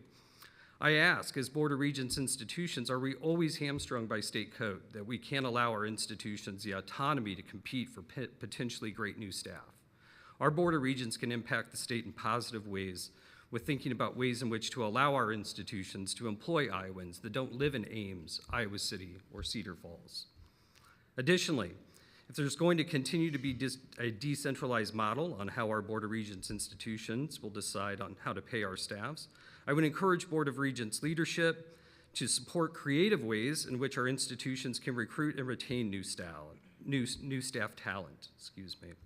Robust employee educational benefits, such as programs mentioned earlier that private businesses have, like Amazon, Target, Walmart. Those companies of the world have decided educational benefits for employees are huge fringe benefits. As institutions of higher education, why are we not leveraging our most important asset as a benefit to employment at our institutions? We should make available to our employees, our fellow Iowans, not only programs for continuing education for staff and faculty, which would further their education, expand their expertise, but also offer tuition benefits for dependents of university employees, a benefit that is granted by almost 90% of institutions of higher education in the United States, according to the College and University Professional Association of Human Resources. UI Staff Council encourages the board and campus leadership to think differently about the benefits that would not only retain existing staff on our campuses, but also recruit new staff to our campuses and community. Iowa is a great state to raise a family. I think most of us have probably said that to somebody that we know, a family member that doesn't live here in the state of Iowa. To reinforce why Iowa is a great place to start a career and raise a family, as Board of Regents institutions, can we not do more in terms of paid parental leave for our staff and faculty who are committing to starting their careers with our institutions? Our current system of using accrued sick time for new parents is not true parental leave. Can we give examples of how we support families and the potential workforce who are looking to raise a family in the great state of Iowa while working with our Board of Regents institutions? Expansion of parental leave for birth parents, adopting parents, mothers and fathers would show our staff and faculty that Iowa is truly committed to being the state where you should be if you want to raise a family and have a fulfilling career in higher education. In closing, our Board of Regents institutions are blessed with great people that do amazing work that support the state of Iowa in all 99 counties. On behalf of all university staff, we ask for your support and advocacy to allow for our institutions to evolve as workplaces as the external environment evolves around us. On behalf of all University of Iowa staff, we thank the Board of Regents members for all that you do on behalf of the students, faculty, and staff at the University of Iowa and for the great state of Iowa. Thank you for your time. We appreciate it. Presenting next is Andrea Wheeler on behalf of the Iowa State University Faculty Senate. Good morning. My name is Andrea Wheeler, and I'm the Faculty Senate President for Iowa State University. Thank you for the opportunity to speak to you on behalf of the faculty. I've spoken to you a couple of times now in public comments. You've listened to me when I've told you about how the faculty felt about masks and vaccines and about their lack of authority in their classrooms, and I asked you to collaborate. On this occasion, I ask you to look at me and listen to me again when I tell you why a reduction in salary and salary competitiveness, the actuality of our condition now, will harm Iowa State University and the great state of Iowa. Why harm? What does it harm? Faculty have worked tirelessly for the past 2 years. The commitment made to our students during the pandemic has been astonishing. We have been adapting to new learning modalities, adopting new technologies, supporting students through illness and quarantine, offering flexibility in our classrooms so students can achieve personal academic goals. We have made it through the worst. Faculty have upheld their professional standards and worked over and above expectations, demonstrated goodwill to the university and a wealth of care for their students. Faculty have accepted the pandemic condition, and despite personal obligations, family commitments, children at home and elderly parents to protect and shield, continued to uphold the importance of the educational achievement of students, resident students, Iowan residents, to ensure greater life opportunities education brings. Faculty support the great state of Iowa. Graduating students support its businesses, its startups, they provide its young entrepreneurs and innovators. The overall economic situation is not bad in Iowa, so when I tell you, you need to recognize what faculty do, what they really do, and how they contribute. I mean recognize through proper reward and proper salary increase. I could give you numbers, and others have, but the agreed observation and the easy observation is that in real terms, salaries have decreased. Iowa State is losing both its competitiveness and the goodwill of faculty. Unless we can build and support and reward, Iowa State will experience a slow bleed of the investment it has made to the growth and the development of its young faculty. And it will lose great faculty, those who have benefited from that investment. First generation women advancing in their careers, working moms, underrepresented faculty, and those with leadership aspirations. Without commitment to salary increases, Iowa State will lose this year and each further year those who have ensured continued education of Iowan residents during this pandemic and helped maintain the national and international reputation of our residential campus institution. Thinking about an example then, thinking about how in real terms the actuality has impacted faculty this year. It is the position I have found myself in I want to give as an example. I am very grateful for my development at Iowa State University, for what Iowa State has given me. I have built my skills as an instructor and as a researcher and as a leader. I've made friends, fostered mentors, I've found supporters, and Iowa State has invested in me.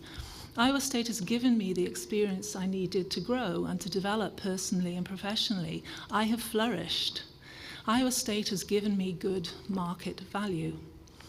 But like my colleagues, when I see my salary losing its power, I also open to opportunities, and opportunities open to me, and an opportunity open to me offered me salary, academic promotion, and the challenge of leadership. These open doors lead to a slow, silent drain of investment. Our new strategic plan aspires to a flourishing body of faculty, staff, and students, but without proper salary increases in comparison to our peer institutions, without proper plans agreed with rewards, without increase, this slow bleed will harm not only the well-being of Iowa State University, but the educational resources of the great state of Iowa. These are my comments on behalf of faculty at Iowa State University. Next is Chris Johnson, representing the Iowa State University Professional and Scientific Council.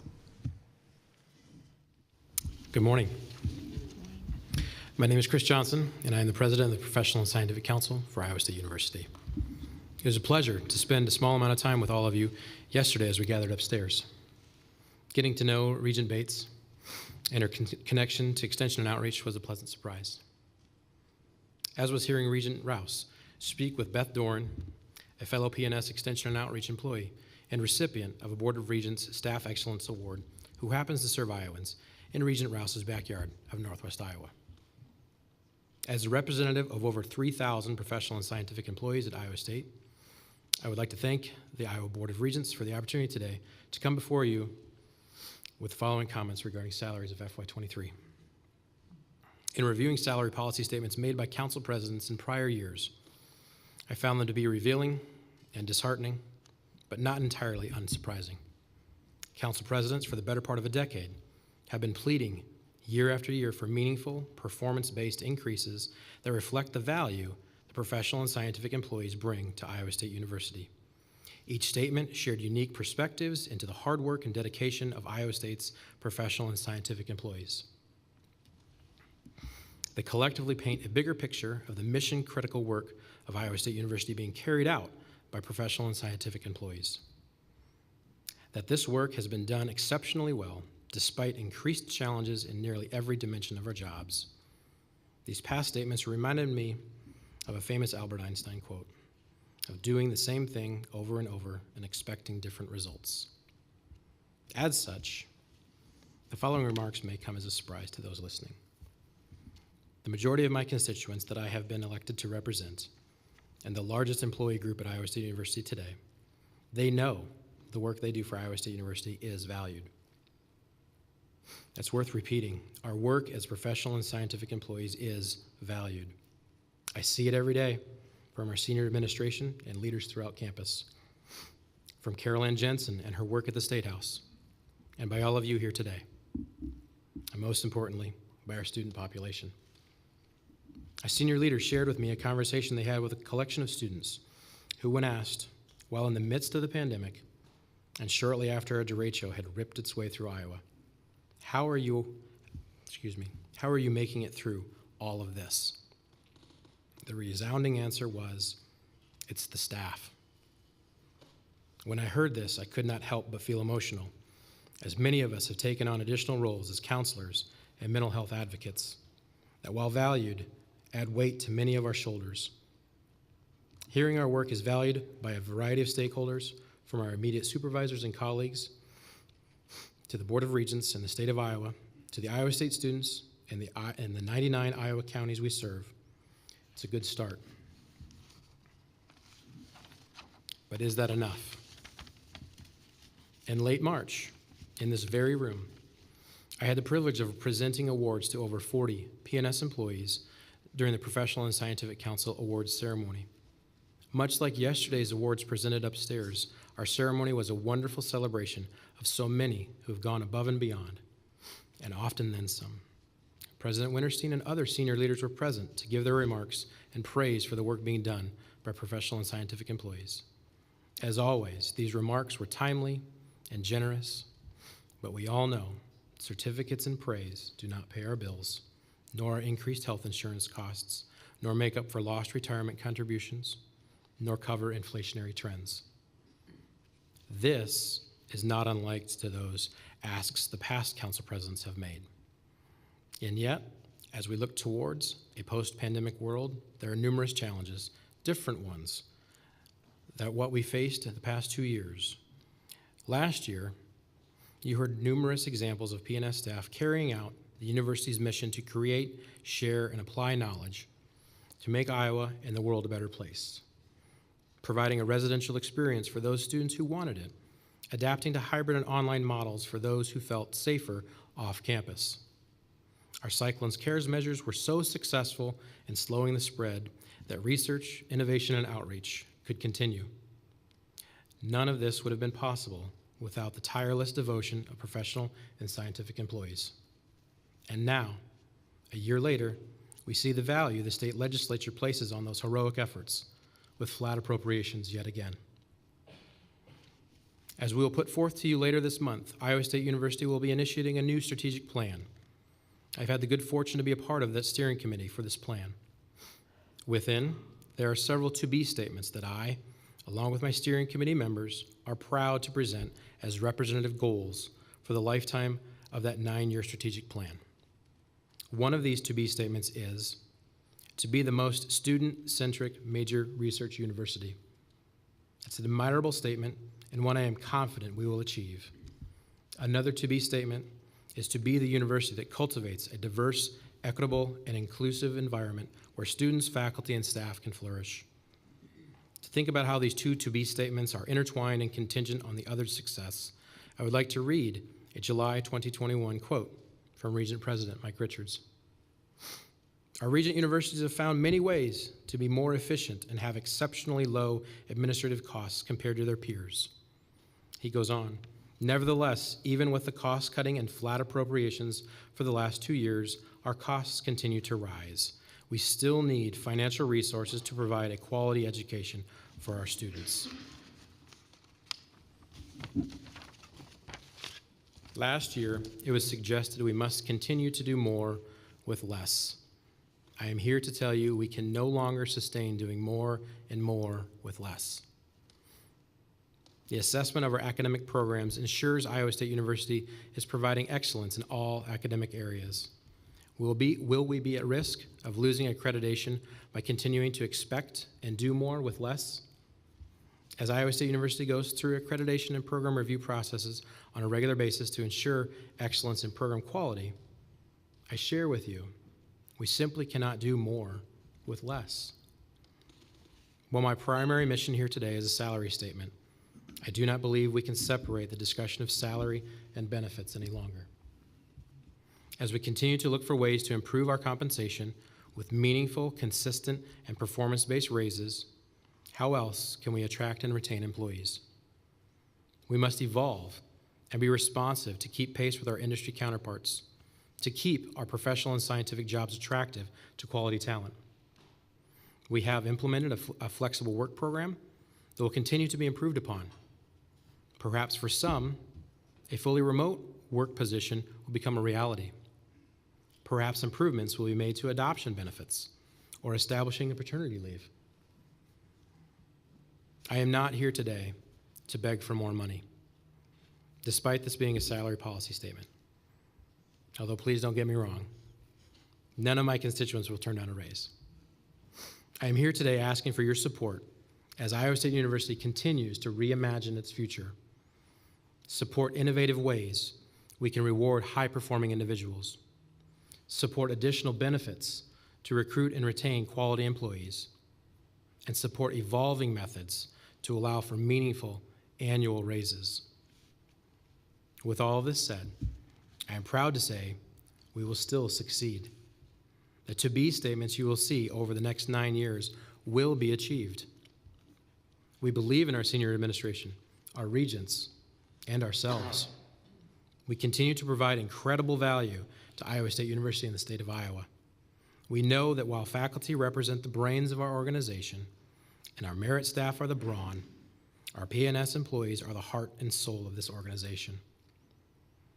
This past year, professional and scientific employees at Iowa State University had the courage to do what was necessary and right to serve our students, our communities, and our state, and we will continue to do so. We've leaned on and supported one another in ways we did not imagine possible. As we reimagine, innovate, and evolve our organization, I ask you today for your continued and unwavering support. Our faculty, our staff, and our students' future depend on it. Thank you. Next is Farah Kashif, representing the University of Northern Iowa Professional and Scientific Council. Good morning. My name is Farah Kashif, and I'm an IT educational technologist at the University of Northern Iowa. And I'm also a current president of the Professional and Scientific Council at UNI. There are approximately 603 professional and scientific P&S employees working at UNI, spread across 5 divisions of academic affairs, finance and operations, president's office, student life, and university advancement. To begin, I would like to thank the Board of Regents for this thoughtful opportunity today for the non-represented employee groups to present regarding fiscal year 2023 salary policies. We truly appreciate your time and support. Secondly, I'd like to thank the UNI leadership for their great work in developing initiatives geared towards employee success and retention, such as the underway climate study, as well as a vision for UNI in 2051. Such initiatives demonstrate leadership's holding of employee retention and success as a priority and a tremendous devotion to the future.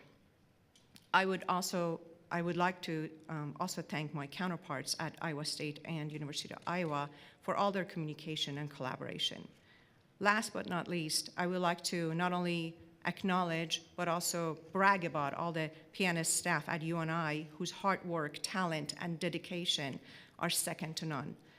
It should be to no one's surprise when I say our staff's resilience, patience, and intelligence have been instrumental and monumental to the success of the institution and the state of Iowa.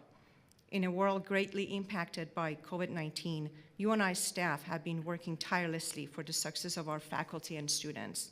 I couldn't be prouder to represent the UNI staff and be part of a Panther Nation. Our P&S staff are also facing challenges that need immediate attention. While we expect to see positive long-term effects of the underway initiatives at UNI, we really need your help for the time being.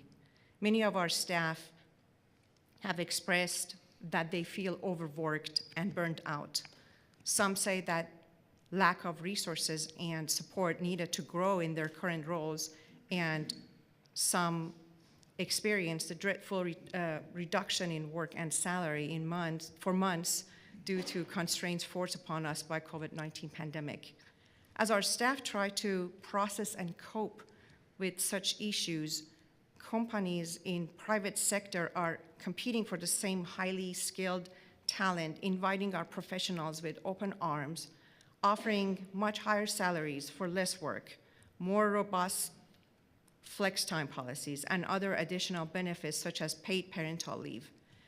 In a year when Iowa's governor announced that the state ended fiscal year 21 with a budget surplus in excess of $1 billion, many PNS employees are asking themselves why they should stay in their current position when none of those unused funds are going to be used to recognize the incredible effort they put in to ensure that our institution remain open and safe in the midst of a once-in-a-lifetime global pandemic.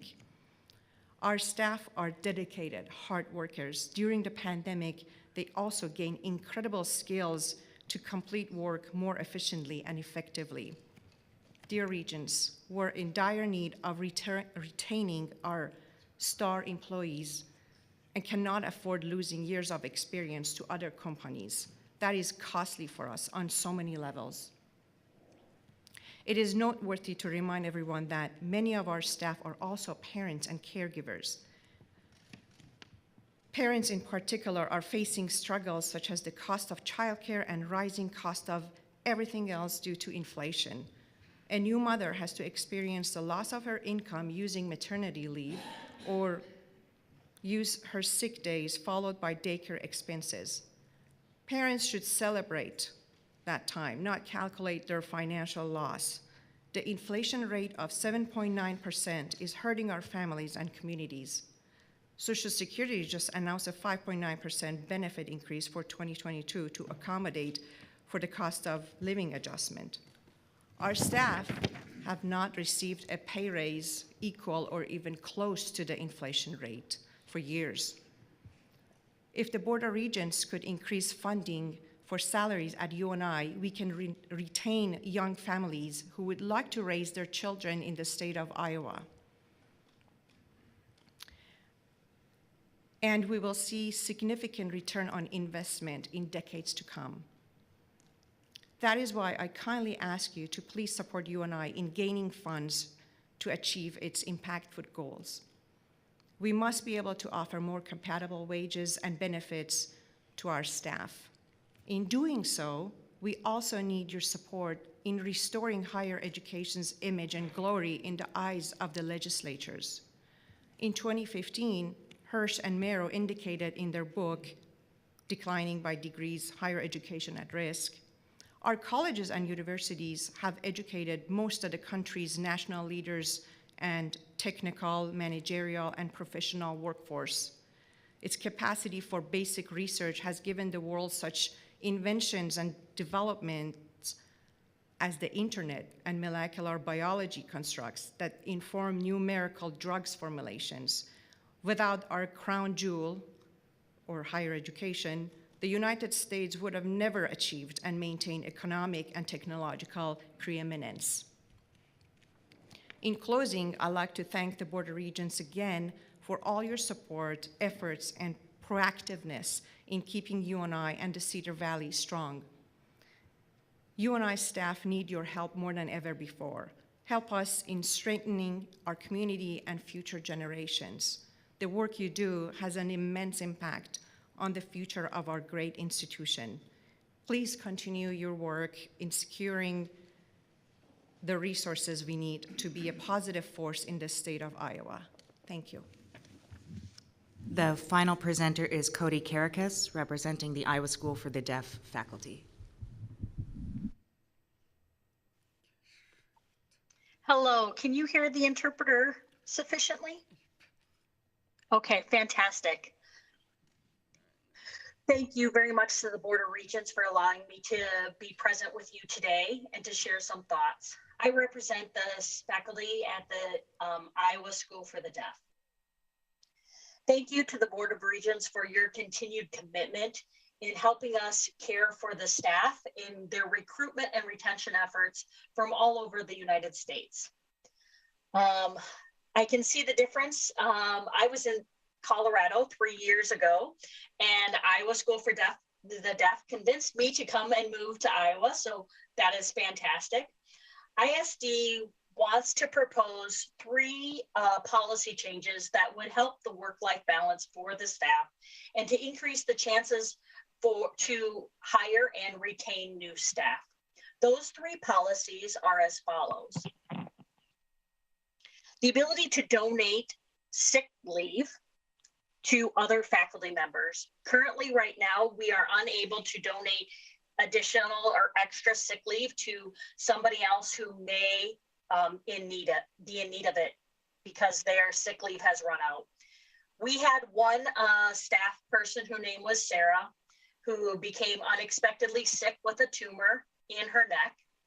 And she had to go to the hospital for 10 days in the ICU and expected maybe about to use 1 month of sick leave. Unfortunately, it ended up being many, many weeks, and she had 4 surgeries later, and the rest of us couldn't do anything to help, which really impacted the morale of the staff. We need to rise to the occasion to be able to assist each other. This change in policy would allow us to do that. Oftentimes, our faculty come to the place of retirement, but they can't bank all of their sick leave. They can't cash out all the sick leave that they've banked. So then it gets wasted. It would be ideal if we can use that sick leave to help other people, maybe those on maternity leave, those who have an unexpected sickness. That's something for us to consider. The second policy change that we would like to propose is for funeral leave. Our current policy states that we have 3 days of funeral leave for close family members. I would like to share an experience from our staff, Megan. Her father had passed away, and she had to use 2 personal leave days to make the funeral arrangements and to prepare for the funeral. And then she had 3 days off for the actual funeral itself. And she said that 3 days was insufficient to deal with all the logistics of a funeral, plus the grief that one endures. The school is located near Council Bluffs Community College or Community School District, and they offer staff a more abundant funeral leave policy.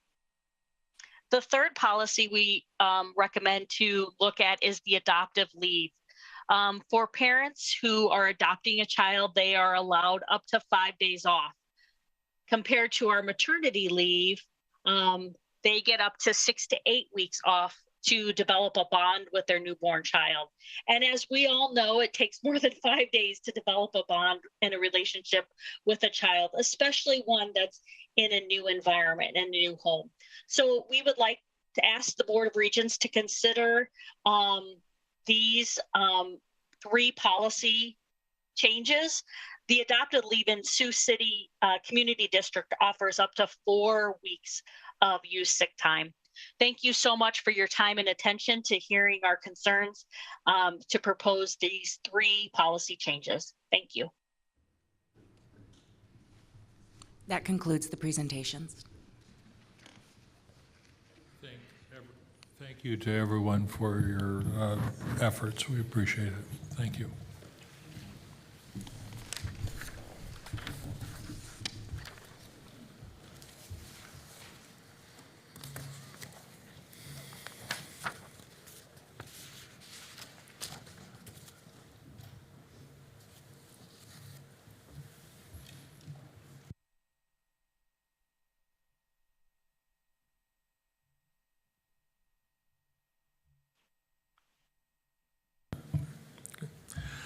At this time, I'd like to recognize Iowa State University Vice President for Research, Peter Dorat.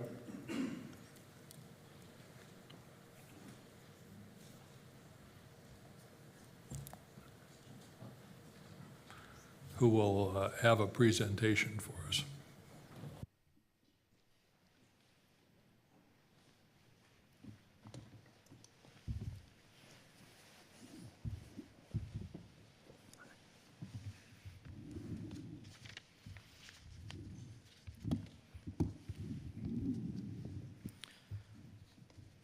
President Richards and President Pro Tem Bates and members of the Regents, good morning. I'm Peter Dorhout, and I'm the Vice President for Research and Professor of Chemistry here at Iowa State University. I want to thank you again for the opportunity to share more about these 2 new centers that you recently approved. Now, this morning's research focus is really a tale of two complementary and successful programs and faculty leaders. Two programs that are built upon years of fundamental and applied research, new knowledge and discoveries about artificial intelligence and internet connectivity form the foundations of these programs. These interdisciplinary programs have aligned with several of our core strengths in computer science, agriculture, and engineering. They are about our land-grant mission to provide access to education experiences for students, create prepared, inventive, and diverse workforce, and partner with companies, large and small, to provide innovative solutions to solve global challenges. We are leading the world from Ames. Now, taken together, these two programs will bring in $36 million over 5 years from the National Science Foundation and the U.S. Department of Agriculture. They will support 55 faculty members from across 11 universities and over 100 graduate and undergraduate student researchers. Key to their success will be engaging in industry-partnered projects with nearly 30 companies, including 8 startups, as well as commodity groups, NGOs, and a dozen other community partners.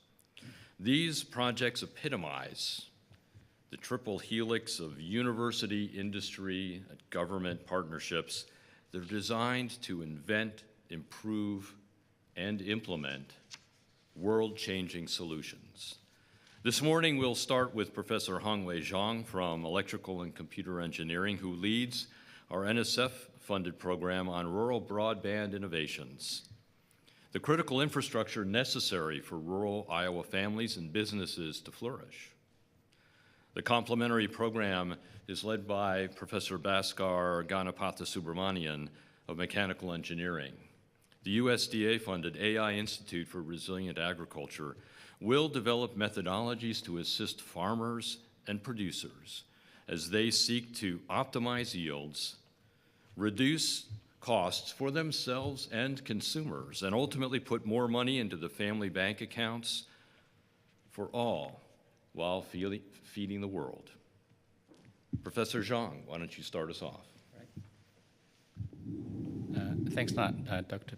Dorham. So good morning, everyone. Thanks for the opportunity to share a few thoughts about rural broadband. We all know the importance of rural broadband, and we have all probably heard about the new investment from the Congress, the infrastructure bill, right? That's going to invest $65 billion into broadband infrastructures. So what I want to share is something I feel that that's actually important, especially not only for now, but really for the future of the rural regions in general. We have been investing significantly into broadband for the past decades, and we have all understood that broadband today is as important as other, just like water and electricity, right? They're just as essential as those utilities to us. However, so the approach we have been taking for decades, I feel it has not been really considering the unique nature of broadband innovation. Unlike water systems, electricity systems, which do not change every few years, we see evolution of IT, broadband in general, at a very much faster pace, right? Every 5 to 10 years, we have a new generation of services and technologies, right? So the question, on one hand, is about how we bridge the broadband gap today, but equally importantly, or even more importantly, how do we make sure that this gap do not persist far into the future, right? So that's a question we hope to answer. And based on all the understanding we have so far, the only way to address that is to make sure that the people who understand the problems, who have the other supporting industries to solve the problem, can take the leadership in addressing the challenges we have today, right? So the approach we have to look at is how can we empower rural regions such as Iowa to play a leadership role in the technology innovation so that we do not just become the consumer of those urban-centered technology innovations, right? But really look at the new set of technologies and strategies that we need to adopt from the perspective of the needs of our communities and industries. So then the question is, how can we make this happen, right? We are not Silicon Valley, right? We are agriculture state, for example, right? So if you look at the, some of the basic foundational theory about how innovation happens, and also look at some of the emerging technical mega trends, we can see the hope, how we can actually bring this opportunity into a reality here. So one strategy we can think about is to leverage our existing strengths in agriculture and other industries. Also some of the emerging leadership, like my colleagues in Boston and other industry leaders continue building in this traditional, what I call the traditional industries, right? And then try to think about how that we can synergize those leadership and innovation with the potential leadership role we can play in broadband innovation. For example, there's actually, if you look at if you have paid attention to how the 5G and beyond technology actually is taking shape, right? Much of that is driven by our unique insight about the new needs of the application areas, that including agriculture as a main application space. So by leveraging our insight, our leadership in agriculture, we can actually help drive the evolution of the 5G and beyond technologies. And also some of these technologies, the foundational broadband technologies we develop here to support agriculture, such as connecting and automated ground and aerial vehicles for precision farming, the same technology can be used in urban settings. And in fact, those technologies should better be tried out here in Iowa, for example, before we try it in Manhattan, right? So there's that rural-urban nexus and continuum that we can also leverage. And further, the innovation barrier has been reduced significantly. For example, some of the core innovation in telecom is going to be driven by software. That means anyone who has good ideas can actually write software, and hopefully, those solutions can be adopted accordingly. And if you look back into our history, we are actually we have been actually pioneering some of the core IT theory or solutions, right? For example, the foundational principles for computing has been invented here, and our own, Robert Noyce, right? A kid grew up in Iowa, small town of Iowa, actually became a legendary for shaping the Silicon Valley starting in the late 60s and so on. And then we all know the importance of broadband and internet, right? If you think about internet, what actually has driven internet from a research or more of a research education exercise to a commercial society infrastructure is actually by the web. And one of the key foundations for web was the browser, which has been invented by Mark Anderson, again, another boy from Iowa, Cedar Falls. So if we try to imagine how we can actually start experiment with the idea how to make the rural region take a leadership role in broadband innovation, we can look at how Silicon Valley has evolved in the past decades, right? It started with a Shockley semiconductor lab. Right now, today, Peter mentioned earlier, we have this aerial living lab that's being stood up in Central Iowa. In fact, about this summer, we would see signals coming up around the Ames area about like July, August. Right? So we can actually leverage the aerial living lab and then work with other industries, leaders, and also colleagues in looking at the co-evolution of broadband technologies and applications over time. Now, in particular, to make this happen, right, we need to push the frontier of wireless applications and also be able to translate those new innovations, new research results into practice, and then working on the question of the task of building innovation capacity and communities here around Central Iowa or Iowa in general. And thanks for your support for the establishment of the Center of Wireless Communities and Innovation. We now actually have an organization to start thinking about some of these questions and also drive the execution of the strategies. So we look forward to the potential of working with you and also other leaders and colleagues in Iowa to really create this future where we see broadband technologies get invented, piloted, and also scaled here from Iowa to the rest of the country and beyond. Thank you. Thank you for this opportunity to talk to you. So this is about IRA, the AI Institute for Resilient Agriculture, which is one of the leadership grants awarded by the National Science Foundation and USDA NIFA to the order of $20 million. This represents a significant investment broadly by the federal government to maintain a national leadership in artificial intelligence or global leadership in artificial intelligence.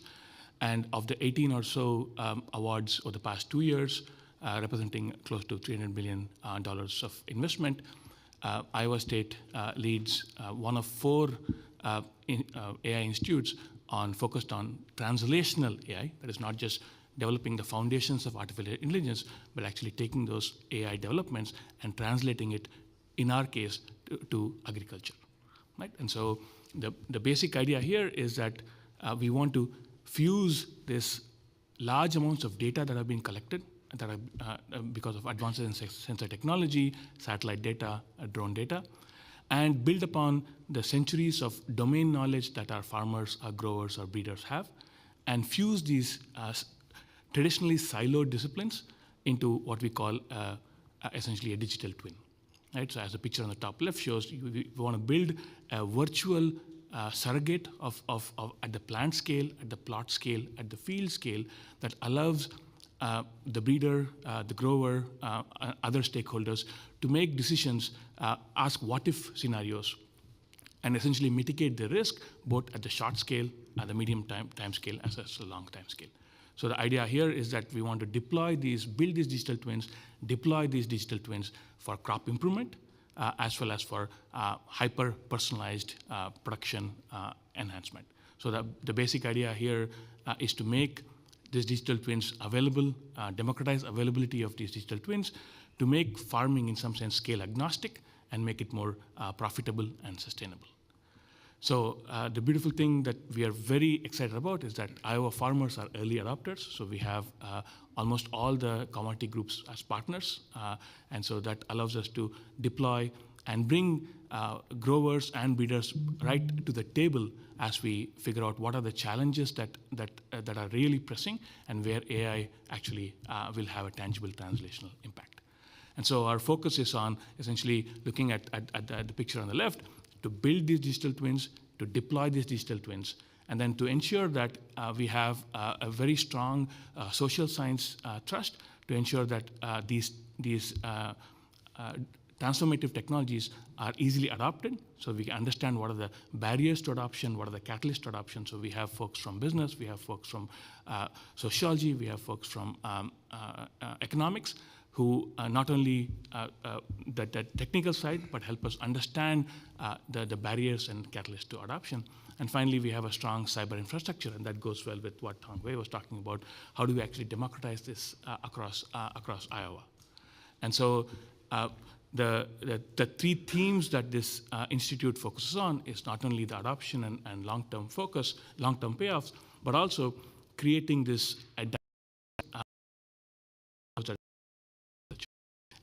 ensure that the talent and the talent to be entrepreneurial and serve as a nexus between industry, academia, and entrepreneurship. And so the big picture is hopefully that these tools, these people will help build a resilient U.S. agricultural system. And so I want to conclude by thanking you again for approving this center. So the AI Institute for Resilient Agriculture is anchored within this translational AI center, where the focus is not just on translating AI developments for agriculture, but also focus on a broader spectrum of activities, including manufacturing, human health, and autonomy. So thank you. We would love to entertain questions from the Regents. My question's about rural internet. So and maybe this is a dumb question, but is it point to point? Is it fiber? Is it satellite? All the above? Yeah, you have the answer. It's all of the above, right? Really, the question. I mean, there are some miselements. For example, for point traditionally we have been mostly look at microwave, like 6 to 11 gigahertz band. Now we're actually looking at higher capacity links. We're looking at millimeter wave band 70, 80 gigahertz plus the free space optical like 194 terahertz. So essentially, with this higher band, higher capacity link, you can get like hundreds of gig BPS capacity without having to lay fibers, right? You also mentioned other solutions, right? I think the part of the question is to figure out, given the diverse applications of rural communities and industries, how do we effectively leverage some of these, all of these building blocks, right? A lot of that solution can be reflected actually in software in the end. So that goes back to why we here in Iowa can play a major role in that innovation. Yeah. Thank you. As someone who lives in kind of a dead zone for internet, I very much appreciate the research and work you're doing. So thank you.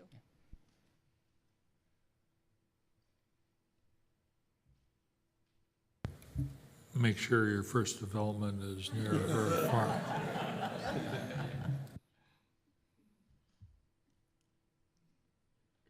Thank you, appreciate it. It's very interesting.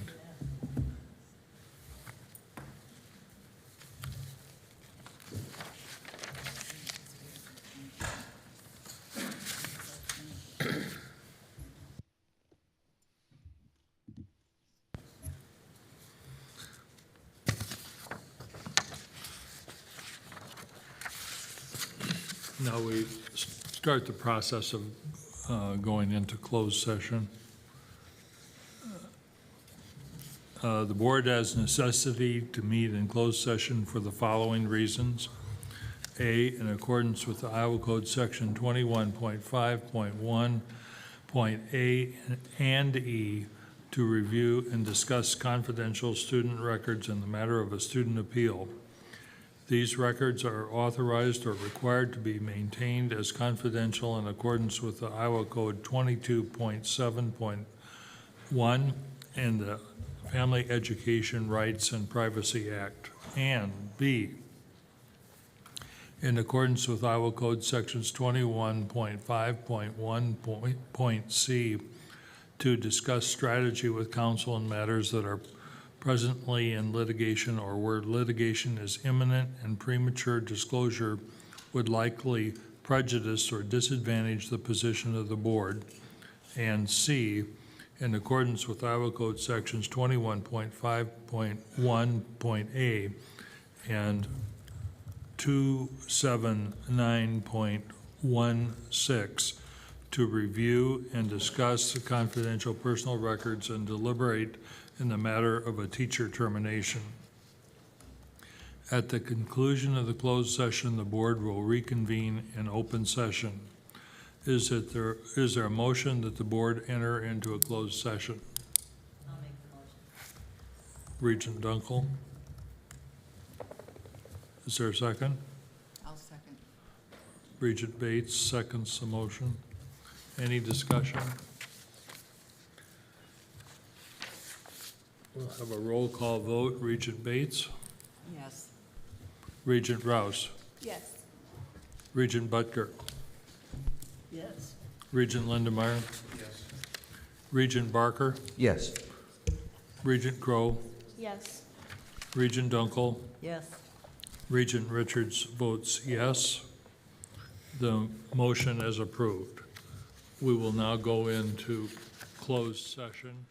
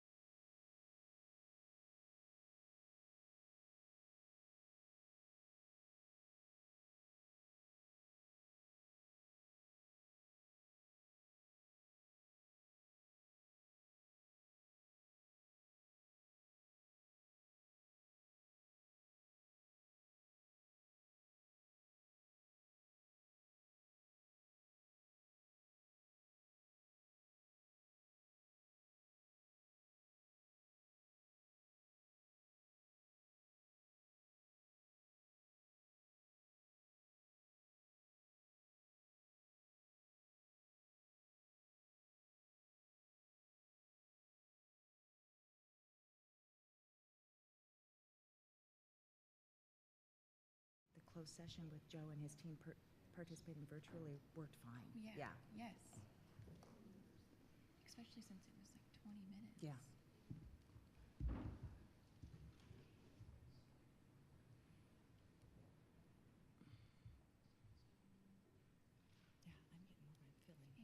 I'm feeling flushed.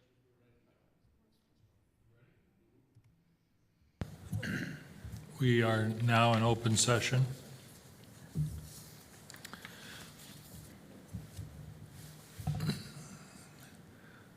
A motion and a second are required to adopt the superintendent's recommendation to terminate faculty A's contract at the end of the 21-22 academic year. Is there a motion? I'll make the motion. Regent Dunkel I'll second. made the motion and Regent Bates seconded.